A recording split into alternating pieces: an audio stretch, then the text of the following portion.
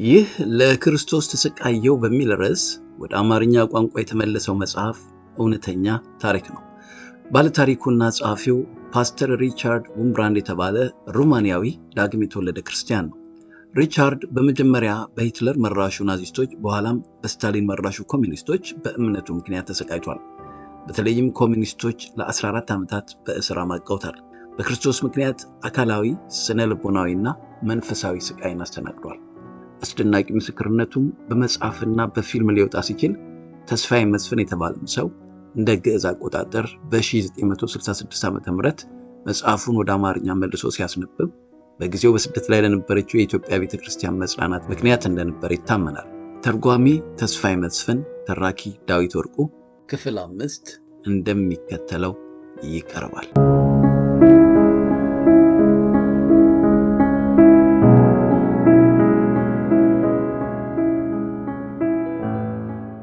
ለክርስቶስ ተሰቃየው። ደራሲ ሪቻርድ ውምብራንድ፣ ተርጓሚ ተስፋዬ መስፍን፣ ተራኪ ዳዊት ወርቁ።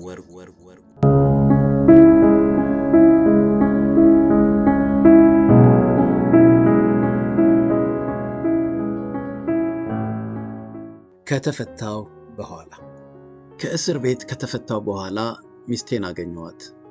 ለወደፊቱ ያለኝን እቅድ ነገርኳት። የእሷም እንደኔ ነበር።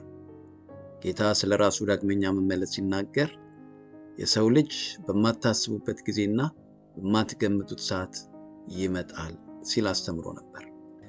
እኛም በችግር ውስጥ በነበርንበት ጊዜ ባላሰብነውና ባልጠረጠርነው ጊዜ ወደኛ መጣ። የእስር ቤቱን ግድግዳ እንደ ዕንቁ አንጸባረቀ። ምንም እንኳ ስጋችን የስቃዩን ሕመም ቢሸከምም ነፍሳችን ግን በጌታ ሐሴት ታደርጋለች።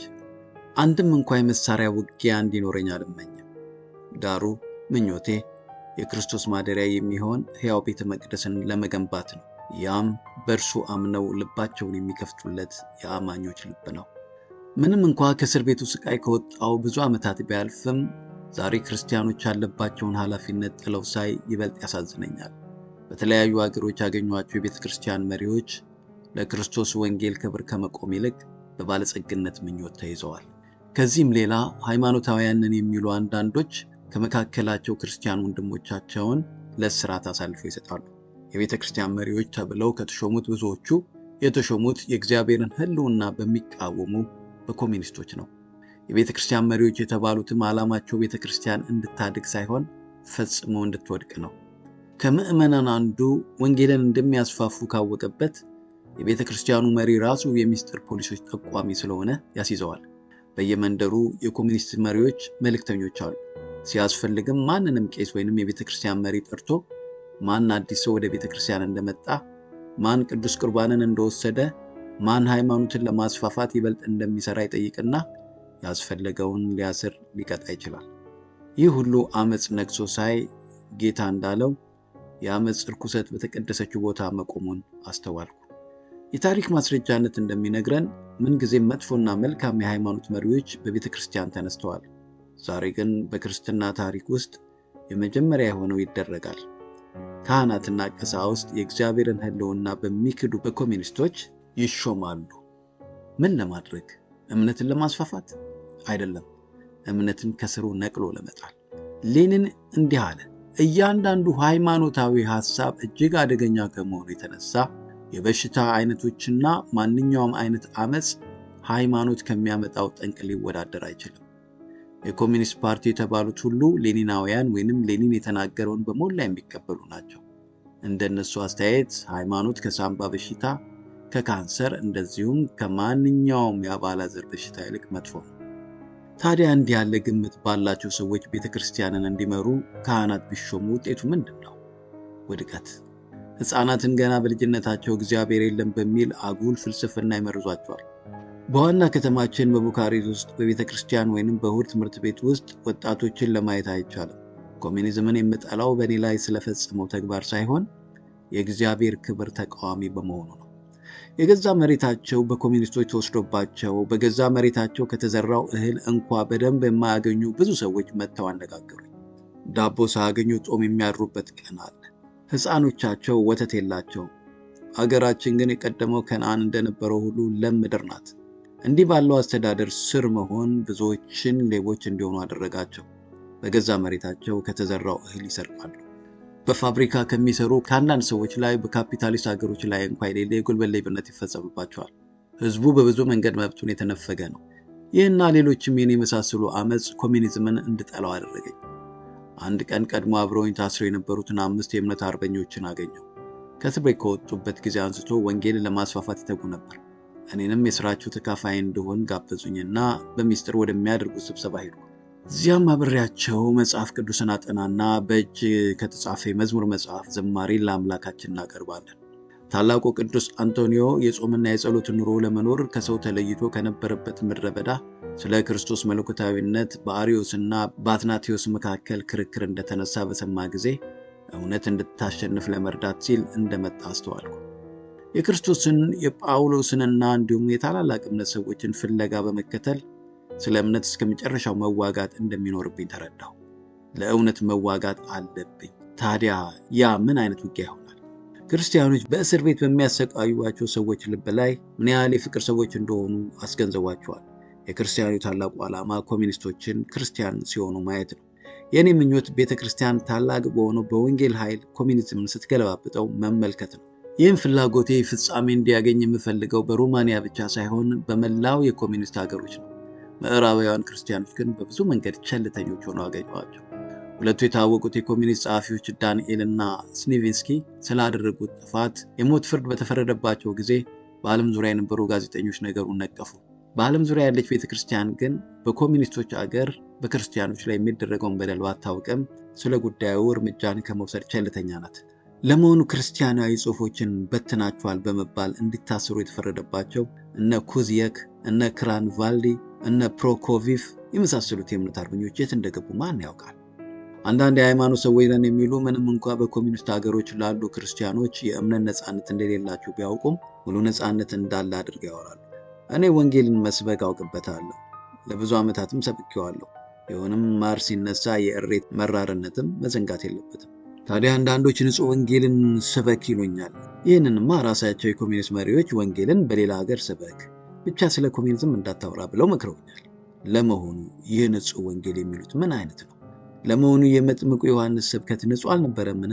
ንስሐ ግቡ መንግሥተ ሰማያት ቀርባለችና ባለበት አፉ ንጉሡ ሄሮድስ ይሠራው ስለነበረው ዓመፅ ነቅፎታል። ስለዚህ የመጥምቁ ጭንቅላት እንዲቆረጥ ፈረደበት።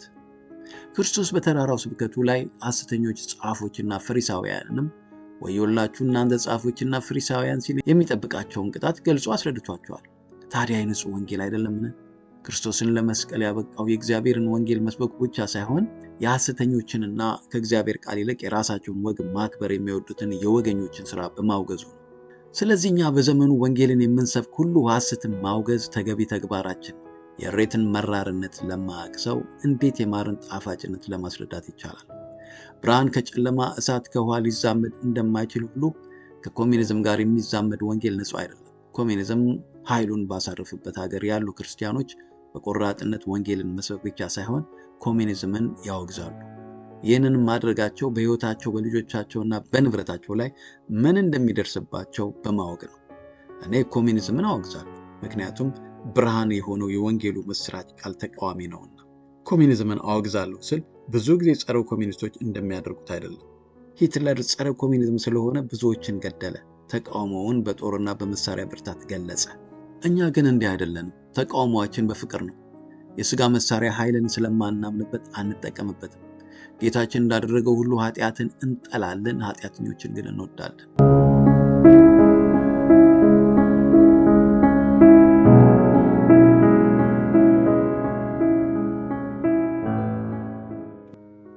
ከእስር ቤት ይልቅ ያሰቃየኝ። በኮሚኒስቶች እስር ቤት ከተጎዳሁት ይልቅ በአንዳንድ የቤተ ክርስቲያን መሪዎች አጉል ሥራ የተሰቃዩት ይበልጣል። ከሚያሳዝኑኝም ምክንያቱ ትልቁ ስለ ክርስቶስ የሚሰቃዩትን ክርስቲያን ወንድሞቻቸውን መዘንጋታቸው ነው። በአንዳንድ ቦታ የክርስቲያኖች ኑሮ ክርስቶስ በምድር በነበረ ጊዜ እንደሆነ ሁሉ ራሳቸውን የሚያስጠጉበት ቤት የላቸውም።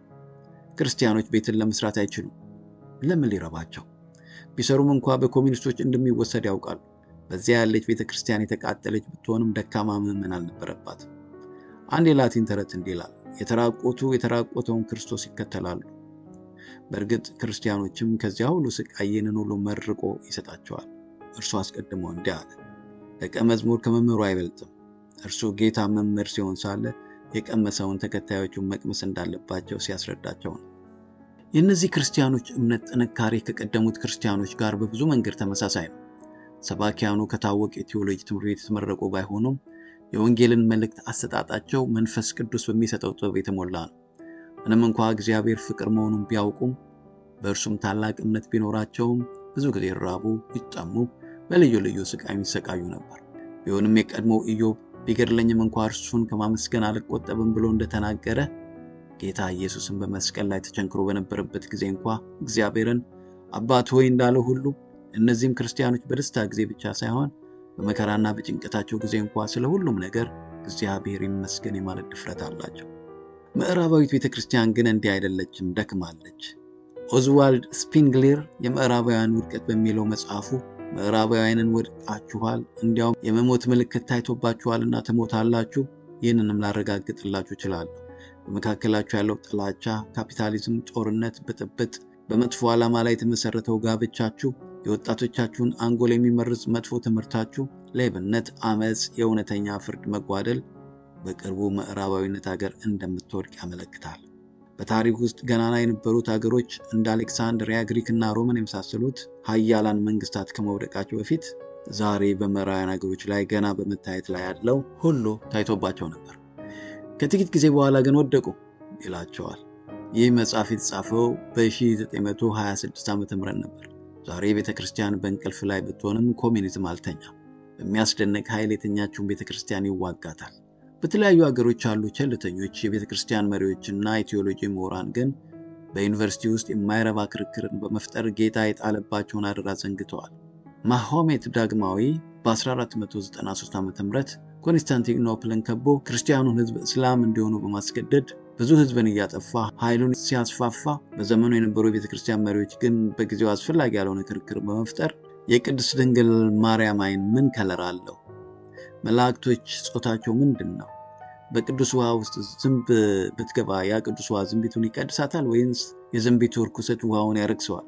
እነዚህ የሃይማኖት መምህራን ይህን በሚመስል በጊዜው አስፈላጊ ያልሆነ ክርክርን በመፍጠር በአማረና በሞቀ አዳራሽ ሲነታረኩ እስልምና ኃይሉን ያስፋፋ ነበር። በመጨረሻም ዛሬ ያች ሀገር ፈጽማ በእስልምና ትምህርት እስክትሞላ ድረስ የእስላም ሀገር ሆነች። ዛሬም በብዙ የቴዎሎጂ ኮሌጆች ውስጥ ይህን የመሰለ አጉል ክርክርን አብዝተን እንሰማለን። ይህም ኮሚኒዝም እግሩን ሰዶ እንዲንሰራፋ መልካም አጋጣሚ ሆኖለታል። በአንድ ቤት ብዙ ሰዎች ተሰብስበው አንዳንድ ነገሮችን እያነሱ ሲከራከሩ አንዱ እንዲህ ያለ ጥያቄ ጠይቃቸው። ለምሳሌ በመርከብ ተሳፍራችሁ ስትሄዱ ወደ አንድ ወደብ እንደደረሳችሁ መርከቢቱ በድንገት ልትሰጥም ሆነ። በዚህ ጊዜ የመርከቡ ካፒቴን ተሳፋሪዎችን ከመርከቢቱ ቤተ መጻሕፍት የሚፈልጉትን መጽሐፍ እንዲወስዱና በአቅራቢያቸው ወዳለው ወደብ ሄደው ሕይወታቸውን እንዲያድኑ ፈቀደላቸው። እናንተ በዚያች መርከብ ውስጥ ብትሆኑ የትኛውን መጽሐፍ ተወስዱ ነበር ቢላቸው፣ አንደኛው መጽሐፍ ቅዱስን፣ ሌላው የሼክስፒርን ድርሰት፣ ሌላው የመድኃኒት ቅመማ መጽሐፍን በማለት ልዩ ልዩ መልስን ይሰጡ ነበር። አንደኛው ግን ተነስቶ እኔ እዚያ መርከብ ላይ ብኖር ኖሮ የምመርጠው መርከብን ለመስራት የሚያስችለኝን መጽሐፍ ነው። ከዚያ በኋላ ወደ ሀገሬ ተመልሼ ያስፈለገኝን መጽሐፍ ለማንበብ እችላለሁ አለ። ዛሬ ቤተክርስቲያን በምትዋጋው ጠላቷ ላይ ኃይልን አግኝታ ድል የምታገኝበትን መንገድ መፈለጉ ከሌላው ሁሉ ተቀዳሚ ነው። ጌታ እውነትን ፈልጉ፣ እውነትም ነፃ ያወጣችኋል አለ። ያንንም እውነት ለማግኘት ነፃነት ሊኖር ይገባል። ቤተክርስቲያን ያንን የእውነት ወንጌልን እንዳትሰብክ ተከለከለች። እንግዲህ እውነት ከወዴት ይምጣ? በማያስፈልግ ነገር ከመከራከር ይልቅ አብያተ ክርስቲያናት ሁሉ ኃይላቸውን አንድ አድርገው የቤተ ክርስቲያን ጠላት የሆነውን ሁሉ መዋጋት አለባቸው። በሰኔ ወር 1966 ዓ.ም ኢዜቪስታ የተባለው የሶቪየት ጋዜጣ አንድ የባፕቲስት ቤተ ክርስቲያን መሪ የእርሱ በኃጢአት ስርየት ይገኝበታል በማለት ሕፃን ልጅን እንዲያርዱ አስተምራል ተብሎ እንደተከሰሰ ገልጾ ነበር። ይህም የክርስቲያኖችን ስም ለማጥፋት የተደረገ ከንቱ ወሬ ነበር። በሮማንያ ውስጥ ታስሬ በነበረበት ጊዜ ላዛሮቪዝ የተባለ የ30 ዓመት ሰው ልጃገረድ ገለሃል ተብሎ ባልሰራውና ባላየው ወንጀል ይሰቃይ ነበር። ከብዙ የስቃይ ዘመን በኋላ ግን በነፃ እንዲወጣ ተደረገ። ምንም እንኳ ከስራት ቢፈታም እድሜውን ሁሉ በሽተኛ ሆነ። ማንም ጥሩ አስተዋይ የሆነ ሰው የሶቪየት ጽሑፍ ማደራጃ በክርስቲያኖች ላይ የሚያደርገውን ክስ መሰረት የለሽ እንደሆነ ሊረዳ ይችላል። ምዕራባዊት ቤተክርስቲያን ምንም እንኳን በኮሚኒስት ዓለም ያለችውን ቤተክርስቲያን ጭንቀት ብታውቅም በጣም ቸልተኛ ነች። በየቀኑ ብዙ ክርስቲያኖች በኮሚኒስቶች እየታሰሩ ወደማይታወቅ ቦታ ይወሰዳሉ። ማንም ሊቀ ጳጳሱ ኒኮዲሞ፣ ወንጌላዊው ኒኮላይ እና ጌለብ የት እንዳሉ አያውቅም። በእስር ቤት በነበርኩበት ጊዜ ፋዘር ኢዮን የተባለ የሮማንያ ቤተክርስቲያን መሪ የሃይማኖት እንቅስቃሴ ፈቃድ መጠየቁ እንደ ጥፋት ስለተቆጠረበት አብሮኝ ታስሮ ነበር። በኮሚኒስት ሀገር ለሚጨነቁ ክርስቲያኖች በጣም አዝናለሁ። የወንድሞቻቸውን ስቃይ ለዘነጉት በሌላ ሀገር ስላሉ ቸልተኛ ክርስቲያኖች ደግሞ በጣም አድርጌ ያዝናለሁ።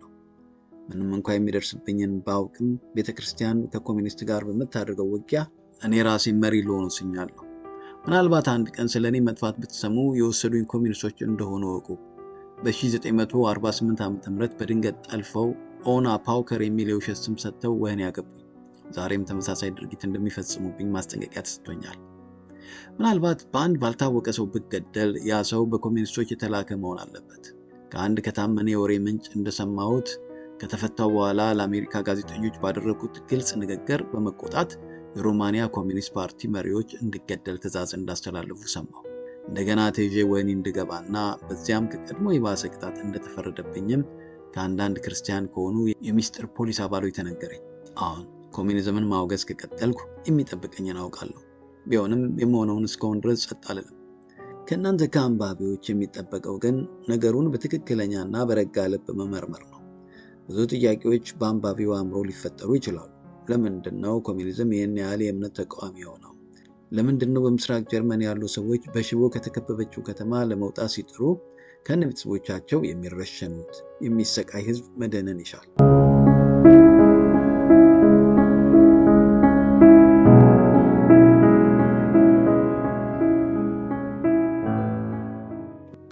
በምዕራብ ሀገር ብዙ የቴዎሎጂ ትምህርት ቤቶችን ጎበኘው።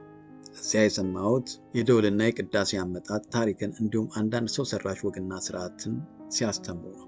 በክርስቶስ ዘመን የነበሩ ፈሪሳውያን የሚደረገውን ተአምራት የሚያስተምረውን ስራ ጥቅሙንና ጉዳቱን ለይተው ሳያመዛዝኑ ሰንበትን በመሻሩ የስቅላት ሞት እንዲገባው እንደፈረዱ ሁሉ ዛሬም ብዙ ሰዎች ኮሚኒዝምን በአንድ አቅጣጫ ብቻ ይመለከቱታል።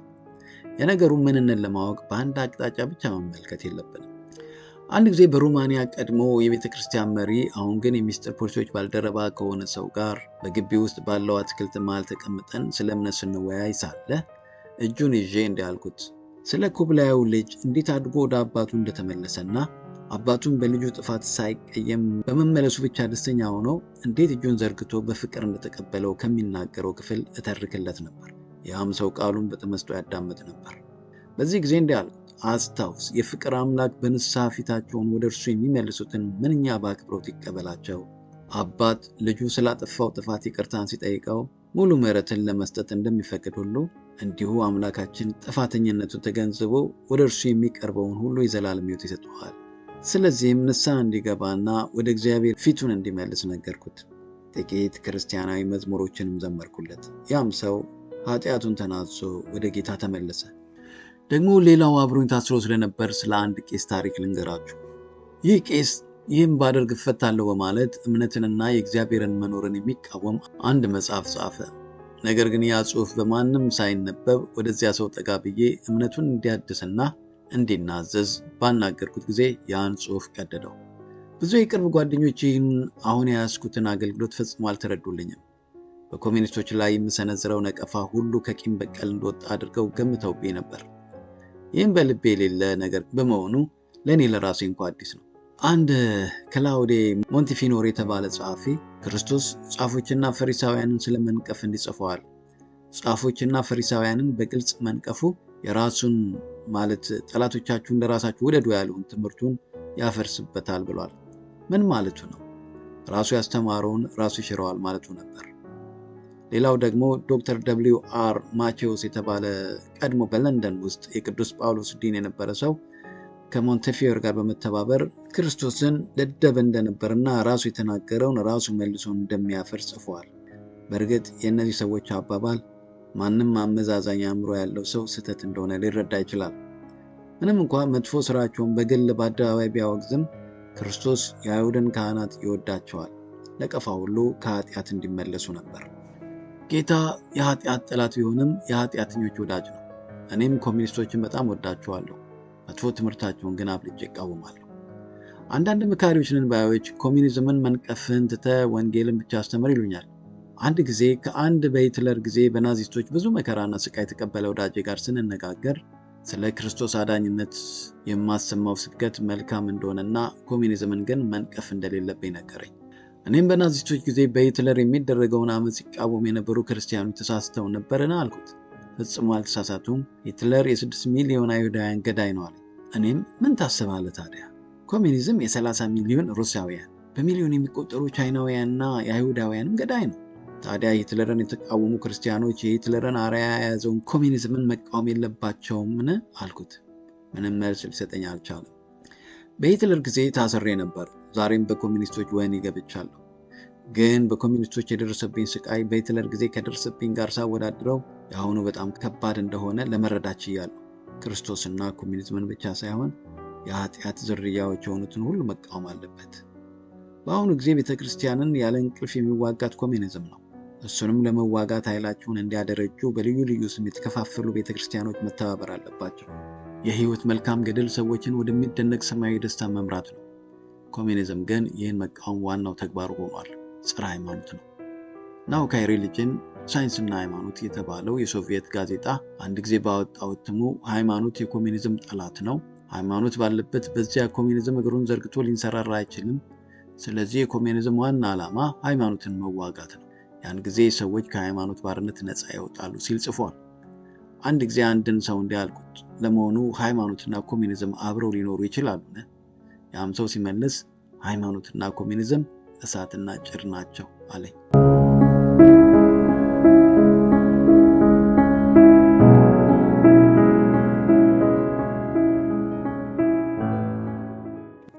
ምዕራፍ 5 አሁን ደግሜ በኮሚኒስት ሀገር በብዙ ስደትና መከራ ወንጌልን ስለምታስፋፋው ቤተክርስቲያን ልናገር እወዳለሁ። በአካባቢዋ የሞላው እግዚአብሔር ያለመኖሩን የሚያምን ሕዝብ ነው። ሕፃናት ከልጅነታቸው ጊዜ ጀምሮ ስለ ሃይማኖት ወይንም ስለ እግዚአብሔር እንዲያውቁ አይደረጉም። ሃይማኖት ለሽማግሌ የሚል እምነት ስላላቸው ወጣቶቹ ከቤተ ክርስቲያን የተገለሉ ናቸው። ቴሌቪዥን፣ ሬዲዮ፣ ሲኒማ እና ቲያትር ዋናው ዓላማቸው ሃይማኖት መቃወም ነው። ምንም እንኳ ይህን የመሰለ እምነት ባላቸው አካባቢ ብትኖርም ወንጌልን በሚገባ በማዳረስ ላይ ናት ቤተ ክርስቲያን። የሌሎች ቤተ ክርስቲያኖችና ክርስቲያኖች ድጋፍ ቢጨመርበትማ ስራው ምንኛ ይከናወን ይመስላችኋል? በዚህ የጥፋት ሰራዊት ኃይላቸውን ባስተባበሩበት ዘመን ቤተ ክርስቲያን እምነትን ለማስፋፋት ያላት ነፃነት በጣም የተወሰነ ነው። በአንዳንድ ቦታ ካህናት እንዴት እንደሚካኑ ልንገራችሁ። የሚከናቸው እውነተኛ ጳጳስ ወይንም ኤጲስቆጶስ የላቸውም። የክህነቱ ስርዓት የሚፈጸመው በኮሚኒስት መሪዎች ነው። ምንኛ ዘብረቅርቅ ነው! እግዚአብሔር የለም ብለው ያምናሉ። እሱን ለማገልገል ለሚሹ ግን ክህነትን ይሰጣሉ። አንድ ጊዜ ከቤተ ክርስቲያን አገልጋይ ጋር ስወያይ ለመሆኑ ማን ነበር የሾመ ስል ጠየቁት። ሲመልስልኝም የሚክነን ጳጳስ የለንም፣ የምንካነው እግዚአብሔር የለም በሚሉ የኮሚኒስት መሪዎች ነው። ስለዚህ እኔና ጓደኞቼ በቅርቡ ወደ ሞተው ጳጳስ መቃብር ሄደን እጃችንን መቃብሩ ላይ ጭነን መንፈስ ቅዱስ የክህነትን ስልጣን እንዲሰጠን ጸለይን። በእርግጥ በዚያ ጊዜ ክርስቶስ የተወጉ እጆችን በላያችን ጭኖ ካህናት የመሆንን ስልጣን እንደሰጠን አመንን አለ። እንደኔ ግምት የዚህ ወጣት ክህነት በእግዚአብሔር ፊት የጸና ነው። ይህን በመሳሰሉ ቆራጥ ክርስቲያኖች ነው የመንግስቱ ምስራች የሚሰበከው። በብዙ መንገድ ይህች ቤተክርስቲያን የመጀመሪያዊቱን ቤተክርስቲያን ትመስላለች። እነዚያ ዓለምን በትምህርታቸው በጠበጣችኋት ይባሉ የነበሩት ክርስቲያኖች ከየትኛውም ሴሚናሪ ወይንም የቴዎሎጂ ትምህርት ቤት የተመረቁ አልነበሩ። እንዲያውም አንዳንዶቹም ማንበብ እንኳን የማይችሉ ነበሩ። ዳሩ ግን እግዚአብሔር የሚናገሩትን ሁሉ በአፋቸው ስለሚያደርግ በትምህርታቸው ብዙዎች ይነኩ ነበር። ሁሉን የሚችል የአምላክ ክንድ በጉባኤያቸው በሚያስደንቅ ኃይል ይንቀሳቀስ ነበር። እነዚህ የሚሰደዱ ክርስቲያኖች መሰብሰቢያ ያማረ ካቴድራል አልነበራቸውም። ካቴድራል ምንስ ቢያምር ምንስ ውብ ቢሆን አምላክ ካስጌጣት ከሰማያዊት ኢየሩሳሌም ይበልጣልን? ለዚህም ብቁ እንዲሆኑ እምነታቸውን እያጸኑ ይጠብቃሉ። ፒያኖ አልነበራቸውም። የሚሰሙት የጫካ ወፎችን ዝማሬ ነው። ዕጣን አልነበራቸውም። የሚያሸቱት ዱር ያፈራውን የጽጌረዳ መዓዛ ነው። ምዕመኖች አዋቂ ከሆኑ በኋላ ወይንስ በልጅነት መጠመቅ በሚለው አይከራከሩም። በወግና በስርዓት የታሰሩ አልነበሩ። ስለ ትንቢት ትርጓሜ ሲያጠኑ የአንዱን ሀሳብ አንደኛው አይነቅበትም። እኔን የሚያስደንቀኝ ግን እግዚአብሔር የለም ብሎ ሊከራከራቸው የሚመጣውን ሰው አፉን የሚያስይዝ መልስ መስጠታቸው ነው። መልሶቹም ቀላል ናቸው። አንድ ጊዜ አንዱ እግዚአብሔር የለም በማለት ክርስቲያን ወንድማችንን ይከራከረው ነበር። ያም ወንድማችን በቀላል መንገድ የእግዚአብሔርን መኖር ሊያስረዳው ፈልጎ የሚከተለው ምሳሌ ሰጠው። ለምሳሌ እኔ ቤት የምሳ ግብዣ ባደርግልህ የቀረበልህን መብልና መጠጥ ሁሉ ተፈጥሮ ሰጠኝ ትላለህን? በእርግጥ በተፈጥሮ ሕግ የሚበላውና የሚጠጣው ሁሉ ከተፈጥሮ የተገኘ ነው። ግን እንዲስማማ አድርጎ አቀነባብሮ ለመብል ማቅረቡ ግን አንድ ይህን ያዘጋጀ ሰው መኖሩን ያሳያል። በዓለም ላይ ለሰው ልጅ አስፈላጊ የሆኑ ብዙ ነገሮች አሉ። ማን ፈጠራቸው? ተፈጥሮ ስውር ነው። የዚህን ዓለም የተፈጥሮ ሕግ የሚቆጣጠር ታላቅ ጠቢብና አዋቂ የሆነ ፈጣሪ መኖር አለበት። ክርስቲያኑን ለተከራከረ የተሰጠው መልስ የሚከተለው ነው። ለምሳሌ ከአንድ በእናቱ ማዕፀን ውስጥ ካለ ሽል ጋር ለመነጋገር ብንችል እሱ ካለበት ጠባብ ዓለም ሌላ እጅግ ሰፊ የሆነ ዓለም እንዳለ ብንነግረው ምናልባት መልሱ ዛሬ እናንተ እግዚአብሔር የለም የምትሉ ሰዎች የምትናገሩትን ሊሆን ይችላል። ከዚህ አሁን ካሉበት ሌላ ዓለም የለም። ያቺ ያለባት ዓለም ጠባብ ከመሆኗ ሌላ ጥሏት የሚወጣና እዚህ መሰሎቹ ከሞሉበት ሰፊ ዓለም ውስጥ እንደሚደባለቅ አያውቅም። ነገር ግን እያደረ እጅ ሲያወጣ ይሄ እጅ ለምን ወጣ? ምናልባት ሰዎች አለ ወደሚሉት ዓለም ሲሄድ ሰርቼ የምበላበት ይሆን? እግርም ሲያወጣ ይሄ እግር ለምን ወጣ? ምናልባት አሁን ከዚህ ወጥቼ ወደምኖርበት ዓለም ሲሄድ ከቦታ ወደ ቦታ የምንቀሳቀስበት ይሆን? ዓይንና ጆሮም ሲወጡለት ይህ ዓይንና ጆሮ ውስጥ ጥቅሙ ምንድን ነው? ወደፊት በምኖርበት ዓለም የማይበትና ከሰዎች ጋር እንድግባባ የምስማማበት ይሆን? ይህንና ይህን የመሳሰሉትን ጥያቄዎችን በመጠየቅ ከዚያች ካለባት ጠባብ የእናቱ ማዕፀን ይልቅ የሰፋ ዓለም መኖሩን ይረዳል። ስለ ወደፊቱም ኑሮ ይዘጋጃል። ይህንንም የሚያደርገው ሳያይ ነው። እኛም ለሰባ ገፋ ቢልም ለ80 ዓመታት በዚህ ዓለም ውስጥ የምንኖር የሰው ልጆች ዘመናችንን ከዘላለም ጋር ስናወዳድረው በጣም ሕፃን እንደሆንን እንረዳለን። ከምናውቀው የማናውቅ ይበልጣል።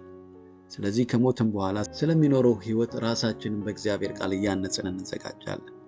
ኮሚኒስቶች እንደሚያምኑትና እንደሚያስተምሩት ክርስቶስ የሚባል ሰው ፈጽሞ እንዳልነበረ ነው። አንድ ጊዜ አንድ ክርስቲያን ወደ ኮሚኒስቱ ጠጋ ብሎ ስለ ክርስቶስ ሊመሰክርለት ፈለገና ቢያናግረው እንዲያውም ክርስቶስ የሚባል ሰው በዓለም ታሪክ ውስጥ እንዳልነበረ ነገረው። በዚህ ጊዜ ያ ክርስቲያን ወንድም በጥበብ መጠቀም እንዳለበት አውቆ ነገሩን ችላ እንዳለው በማስመሰል እስቲ በእጅ የያዝከው ጋዜጣ መቼ ነው ብሎ ይጠይቀዋል። ይህ የያዝከው ጋዜጣ የወጣው ጥር 19 ቀን 1964 ዓ.ም ነው። ግን ይህ 1964 ከየት ተነስቶ ነው ዛሬ ብዙ ሰዎች የቀን መቁጠሪያ ያደረጉት? ክርስቶስ አልነበረም አልተወለደም የምትሉ ስትሆኑ እንዴት ካልነበረና ካልተወለደ ሰው የልደት ቀን መቁጠሪያ ካላንደራችሁ ይጀምራል? የክርስቶስን መኖር የእናንተ ጋዜጣ ፕራቭዳ እንኳን ያምናል፣ ራሱ ምስክር ነው አሉ። ኮሚኒዝም በተስፋፋ ቁጥር ቤተክርስቲያን ትጠፋለች። ዛሬ የምታንቀላፋው ቤተክርስቲያን ነፃነቷ በኮሚኒስቶች ከተወሰደባት ፈጽሞ ልታስመልሰው አትችልም። ቤተክርስቲያን በትጋት መስራት የሚኖርባት ዛሬ ነው።